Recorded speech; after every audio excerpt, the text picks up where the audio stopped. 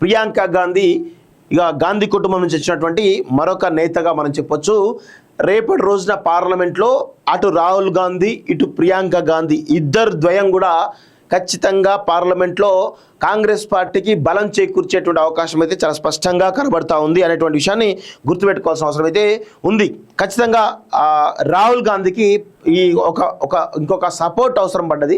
So ఆమె ప్రియాంక గాంధీ రూపంలో ఉందని అయితే నేనైతే అనుకుంటా ఉన్నాను. భారతీయ జనతా పార్టీ చేసేటువంటి వాళ్ళ ప్రభుత్వ పాలన పైన ఈరోజు చరమగీతం పాడేందుకు వీళ్ళిద్దరి ద్వయం చాలా బలంగా పనిచేయడానికి అయితే అవకాశం ఉందని అయితే నాకైతే అనిపిస్తూ ఉంది.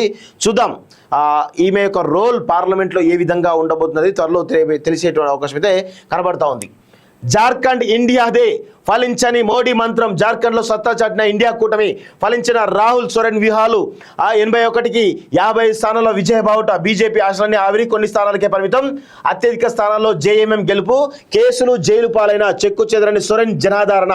చేతికిల పడ్డ బీజేపీ సారథ్యంలోని ఎన్డీఏ 21 స్థానాలకే పరిమితం. మోడీ షా మాటలు నమ్మని జార్ఖండ్ ప్రజలు అంటూ ఒకరి చూస్తూ ఉన్నాం. సో భారతీయ జనతా పార్టీ జార్ఖండ్లో ఓటమి పాలవడం కొంత అవమానకరమైనది అనుకోవచ్చు. ఎందుకు అంటే అక్కడ జరుగుతున్నటువంటి సోరెన్ పైన అనేకమైనటువంటి అవినీతి ఆరోపణలు వచ్చినప్పటికీ అక్కడ ఉన్నటువంటి జేఎంఎం వాళ్ళ పార్టీ అవుతుందో దానిలో చీలిక తెచ్చినప్పటికీ కూడా శిబు సోరెన్ వాళ్ళ కొడుకు హేమంత్ సోరెన్ ఆయనే తన పట్టును కోల్పోలేదు, తన జనాధారం కోల్పోలేదు.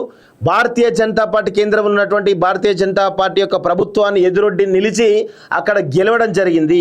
ఇది మామూలు విజయం కాదు. ఖచ్చితంగా ఇది ఒక చెప్పుకోదగ్గ విజయంగా మనం అయితే చెప్పొచ్చు. సో అక్కడ జేఎంఎం అదేవిధంగా కాంగ్రెస్ పార్టీ రెండు కలిసి ప్రభుత్వాన్ని ఫామ్ చేయబోతున్నట్టు చాలా స్పష్టంగా తెలుస్తూ ఉంది.